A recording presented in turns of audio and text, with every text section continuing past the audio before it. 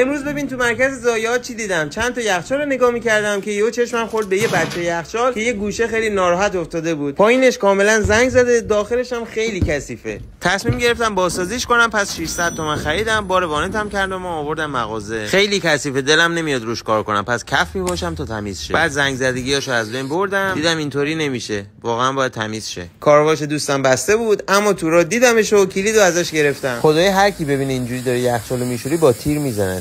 برای اینکه کاملا بهداشتیشه رفتم سوپرمارکت، یه دونه سفید کننده معطر خریدم تا هم تمیز بشه هم خوشبو. چاله چوله های بدنش هم با بتونه صافش میکنم. لامپشو عوض کردم، بریم سراغ ایراد فنی. زدم تو برق، موتور روشن نشد، اما امیدمو از دست نمیدم. ترموستاتش سالم بود، پس میریم رو قطعات روی موتور. این قطعه اورلود، اگه سالم باشه مولتیمت بوق میزنه، پس سالمه. این قطعه اسمش رله است که موتور رو راه میندازه، اینم باید بوق بزنه که نزد، پس با یه دو سو نقششو بازی میکنم. خوشبختانه موتور راه افتاد و با تعویض رله 100 تومانی مشکل حل شد. رفتم رنگ ماشین خریدم، شروع میکنم به رنگ‌آمیزی، همه جاشو رنگ میکنم. تو این فاصله هم تو برق بود و دمای کافی و رسون، پس سالمه. ازش عکس میگیرم، لنگشو تو دیوار از 8 تومن تا 10 تومن گذاشتن، من میذارم 7 تومن تو زودتر فروش بره. سود من از این بازسازی شد 6 میلیون تومن. من آرشم، تو پیجم با یه سبک متفاوت بهت یاد میدم تعمیرات لوازم خونگی رو یاد بگیری و ازش درآمد کسب کنی. پس اگه دوست داری این شغل رو با یه جعبه ابزار ساده شروع کنی، جا تو پیج منه.